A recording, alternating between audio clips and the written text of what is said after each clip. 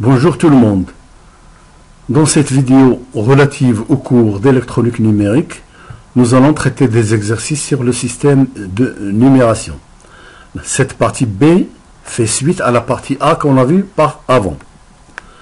Dans cette partie, on s'intéresse à la conversion des nombres décimaux en octal, puis directement en binaire. La conversion des nombres binaires et en octal et en hexadécimal. Les quatre opérations, l'addition, la soustraction, la multiplication et la division en binaire. Mais auparavant, on va faire un petit rappel sur le principe de la conversion décimale binaire. On va le faire à travers un nombre entier, c'est-à-dire sans virgule. Par exemple, le 76 dans la base 10, et on va chercher son équivalent en binaire. En principe, il y a deux méthodes. La première méthode consiste à chercher dans ce nombre à convertir qui est 76, quelle est la plus grande puissance de deux contenus dans ce nombre-là. Eh bien, c'est 64.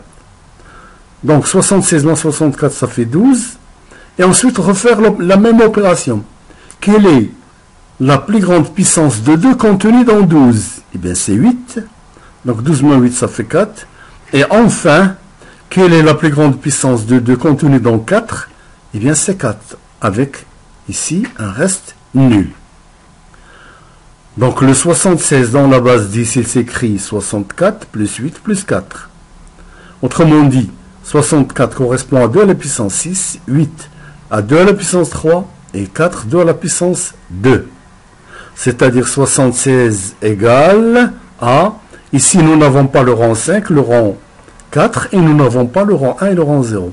Donc les coefficients qu'on aura, c'est le coefficient de 2 à la puissance 6, de 2 à la puissance 3, etc. Donc ça fait 1, 0, 0, 1, 1, 0, 0. Et voilà le résultat final obtenu. La conversion de 76, voilà, donne ce résultat-là. Maintenant, on va voir la deuxième méthode. Généralement, c'est la méthode la plus utilisée.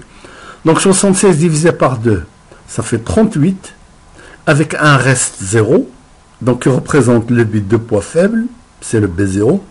38 divisé par 2, ça fait 19, avec un reste nul, B1, etc., etc. Et on arrive à ce résultat-là. Donc, là, d'où le nombre cherché est égal à 1, 0, 0, 1, 1, 0, 0, qui est identique au résultat trouvé par la première méthode. Ici, on va faire l'application de la deuxième méthode à quelques conversions. Par exemple, le 172 dans la base 10 vers le binaire, le quaternaire, l'octal, le duodécimal et l'hexadécimal. Bien sûr, le principe est toujours le même. 172 divisé par 86, ça fait un reste 0. Ce premier 0, c'est le B0. Il viendra là. 86 divisé par 2, ça fait 43 avec un reste 0. Il viendra là. 43 divisé par 2, ça fait 21 avec un reste 1. Il vient là, etc., etc. Et donc, le dernier reste obtenu, c'est lui qui correspondra le bit de poids, ce qu'on appelle fort. Alors maintenant, le 172 en quaternaire. Eh bien, 172 divisé par 4, ça fait 43, avec un reste 0. Donc, c'est le bit de poids faible de cette conversion. Il vient là. 43 divisé par 4, ça fait 10, avec un reste de 3, un reste de 2, un reste de 2, et ça fera 2230 dans la base 4. Ici, 172 par 8, ça fait 21, le reste 4 qui viendra là. Après, le deuxième reste ici, et le troisième reste vient là. Donc, 172 dans la base 10, ça fait 254 dans la base 8. La même chose pour le duodécimal. Et enfin, là, c'est 172 divisé par 16, ça fait 10 avec un reste 12. Voilà, le 12 en hexadécimal est noté C. 10 divisé par 12, ça fait 0, il reste 10 qui est noté A. Donc, le bit de poids faible, c'est C, c'est le premier reste, il vient là, et puis le A viendra là, et enfin, 172 dans la base 10 est égal à AC dans la base 16. Ici, vous avez l'égalité de 172 dans la base 10 avec C conversion dans différentes bases. Maintenant, on va s'intéresser à la conversion d'un nombre fractionnaire, un nombre avec virgule. Eh bien, par exemple, le 0,375 à convertir en binaire, c'est-à-dire on cherche la forme 0,b-1, b-2, c'est-à-dire la forme binaire. La détermination des BI se fera de la manière suivante. On multiplie la partie fractionnaire, c'est-à-dire celle-là, par la base en question. Si la conversion est dans la base 2, donc multiplié par 2, si c'est 4, on multiplie par 4, etc. Donc ici, par rapport à 2, on aura 0,375 par 2, ça fait 0,75, qu'on peut mettre sous cette forme-là, 0 plus 0,75, et le premier reste, ça fait B-1, le premier chiffre qui viendra après la virgule. On recommence l'opération. On prend la partie fractionnaire qui est 0,75, on la multiplie par 2. Ça fait 1,5 qu'on peut mettre sous cette forme-là pour montrer la partie entière, c'est B-2, et la partie fractionnaire, on va refaire la même chose, etc. Donc, pour ce nombre-là, on va obtenir 0,011. Maintenant, on va faire 3 applications. Par exemple, 0,432 à convertir décimal, à convertir en binaire, en octal et dans la base 16. Donc, le principe maintenant est acquis. Ici, pour passer du décimal vers le binaire, on refait la même opération. Le nombre fractionnaire en question multiplié par 2, ça fait 0,864, c'est-à-dire une partie entière 0 plus 0,864. Donc le B-1, c'est 0. On reprend 0,864, on le multiplie par 2, ça fait 1,0728. Donc le deuxième reste, c'est B-2, etc. Et on aboutit au bout du compte. Ce nombre décimal écrit sous cette forme-là, eh bien, nous donne ce nombre binaire qui est 0,011, etc. Ça veut dire le premier 0, il est là. Le deuxième, le premier reste, il est là. Le deuxième reste, il vient là. Le troisième reste, il vient là, etc., etc. Le principe est le même lorsqu'il s'agit de, cette fois, la conversion vers l'octal. On multiplie par 8. Voilà. Ça fait 3 virgules. Ce 3-là, le entier, il vient comme étant le premier bit après la virgule. Le premier chiffre après la virgule, ça veut dire c'est 3. On prend le 0,456 à multiplier par 8, ça fait 3 plus cette fraction. Donc le deuxième chiffre c'est 3. Le troisième c'est 5, etc. Et finalement, le 0,432 converti en octal, et bien ça nous donne cette valeur-là. Ça veut dire le 3,3,1,0, le 3,3,1,0 jusqu'à 5. Bien sûr, on peut continuer, ça dépend de la précision recherchée. On peut continuer autant qu'on veut, ça dépend tout simplement de la précision. Maintenant, on fait la même opération dans la base 16. Donc cette fois, au lieu, il faut multiplier par 16. 0,432 par 16, ça fait cette valeur-là, qu'on peut mettre sous cette forme-là, entière plus fractionnaire. La partie entière représente le premier chiffre après la virgule, et on reprend avec la partie fractionnaire, à multiplier par 16, et elle nous donne cette valeur-là, c'est 14, voilà.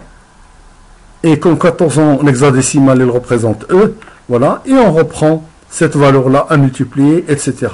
Finalement, on obtient cette valeur 0,d-1, d-2 décimale là, convertie en octal, et bien ça nous donne 0,6, voilà, 6, E, 9, 7, 8D, etc.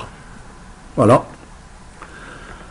Alors maintenant, on va s'intéresser à la conversion des nombres décimaux en octal. C'est-à-dire le 653 à convertir en octal, le 831 à convertir en octal. Mais on a déjà vu le principe de conversion, donc on ne va pas s'attarder là-dessus. Mais ce qu'on cherche après, c'est faire là directement, une fois le résultat en octal obtenu, faire là directement la conversion en binaire. Alors, comment va-t-on faire? Eh bien, le 653, on sait le faire pour le convertir en octal. Donc la méthode vue par avant, il va nous donner 1215. Maintenant, on cherche à convertir le 1215 directement en binaire. Eh bien, il suffit de remplacer chaque chiffre du nombre octal par 3 bits. Ça veut dire 1 représenté en 3 bits, ça fait 001. Le 2 en 3 bits, ça fait 010, etc. Et après, il suffit de mettre la juxtaposition de ces nombres-là. Et voilà le résultat recherché. Autrement dit, voilà la conversion directe de ce résultat octal en binaire. Bien sûr, si vous faites la reconversion inverse du binaire vers le départ qui est le décimal là, vous allez obtenir le résultat de départ. Le principe est le même pour le 831. Voilà. Donc, le convertir dans la base 800, on a déjà vu comment faire. On obtient ce résultat-là. Et puis, pour convertir directement de l'octal vers le binaire, on représente chaque chiffre par 3 bits. Le 1 par 3, le 4 par 3 bits, etc. Et la juxtaposition de ces bits-là nous donne le résultat recherché. Voilà. Alors maintenant, on va essayer de voir la reconversion inverse. Ça veut dire que je dispose d'un nombre binaire et je veux le convertir soit en octal, soit en hexadécimal. Supposons que mon nombre binaire, il se présente sous cette forme-là, B0, B1, etc. C'est un nombre entier. Voilà. Pour passer du binaire en octal, on fait des groupements de 3 bits. À partir des bits de poids faible B0 en allant vers la gauche. Ça veut dire, eh bien, je vais grouper les 3 bits là, et je vais faire la somme B1 plus B0 plus B1 plus B2, et il me donnera le premier chiffre de poids faible de la conversion octale. Puis, le deuxième groupement là, B3 plus B4 plus 5, et il me donne le deuxième chiffre, etc., etc. Voilà, par exemple, voilà la première conversion, et j'additionne les bits, voilà, le deuxième groupe, le troisième groupe, le quatrième groupe. Admettons maintenant, pour généraliser le problème, qu'on a un nombre avec virgule. Eh bien, le nombre avec virgule, pour la partie entière, je commence le groupement par 3 avant la virgule, là, à partir de B0, en allant vers la gauche. Et ce résultat-là, les premiers vont me donner l'octal 0, le bit de poids faible. Ensuite, l'octal 1, au 1, etc., etc. Puis pour la partie fractionnaire, on commence juste après la virgule. On fait le groupement de ces trois-là, il me donne au moins 1, puis le groupement, il me donne au moins 2, etc. Vous comprenez bien que maintenant, si on est en binaire et on veut aller vers l'hexadécimal, et bien cette fois, il faut faire des groupements en allant du bit de poids faible vers la gauche, des groupements de 4. Ça veut dire, voilà le nombre binaire en question, eh bien je fais le premier groupement et après j'additionne. Le deuxième groupement, j'additionne, etc., etc.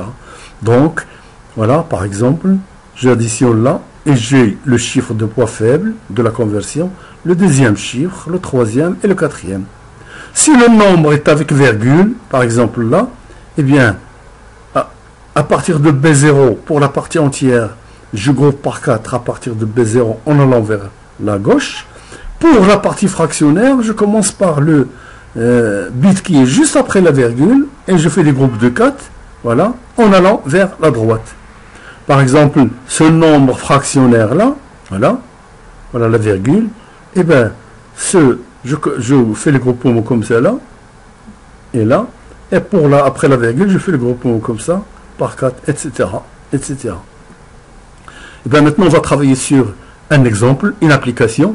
Bien, j'ai ce nombre fractionnaire, binaire fractionnaire, là. On veut faire sa conversion dans la base 8. Eh bien, puisque j'ai dit dans la base 8, on fait du groupement de 3. Donc voilà le premier groupe. Voilà le deuxième groupe. c'est-à-dire celui-là et celui-là. Celui-là, qu'est-ce qu'il vaut? Je fais l'addition, eh bien, ça fait 4 plus 2 plus 1. Donc ça fait 7. Et là, ça fait 4 plus 2, ça fait 6. Et puis, je fais le groupement dans ce sens-là, en commençant par là. Donc voilà, ça fait 3, ça fait 3, ça fait 6, et ça fait... Et si j'ai 1, ça s'arrête là, je complète par 2 zéros pour avoir 3, et donc ça me fera 4. D'où le résultat de la conversion, eh bien ce nombre binaire fractionnaire, il est égal à 67,3364 dans la base 8. S'il s'agit maintenant d'une conversion vers la base 16, eh bien le principe est le même. Je fais des groupements de 4 en allant de là vers la gauche et des groupements de 4 en allant de là vers la droite. Par exemple là, je groupe les premiers 4. 1, 2, 3, 4, voilà. Et puis il me reste 1, 1. Donc ça fait 2, 0 là. Et là ça me fait 7, ça fait 3. Là, je fais le groupement de ces 4 là. Ensuite de ces 4 là, et bien je vais obtenir là 6. Ici ça fait 15. Mais en hexadécimal, le 15 est noté F, donc ça fait F. Et puis là, j'ai 0, 1. Ben, je complète par 2 0 et ça fera 4. Donc le résultat final, voilà, notre nombre binaire converti en hexadécimal, ça fait 37,6 F4 dans la base 16.